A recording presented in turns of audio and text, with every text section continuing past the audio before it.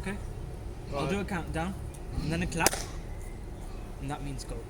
Okay. 3, 2, 1.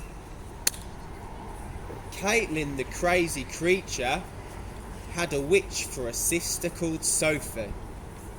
When it came to casting scary spells, she would always win the trophy.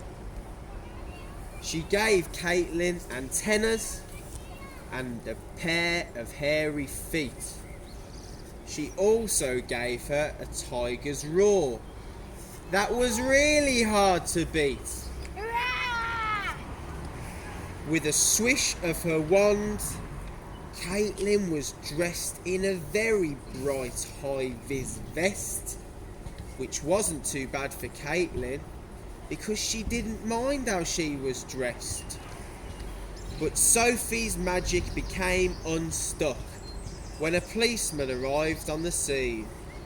He told them they had gone too far and arrested them for being mean. How was that? We forgot the trophy. Do you want to run back and get it? Yeah. You sure? Yeah.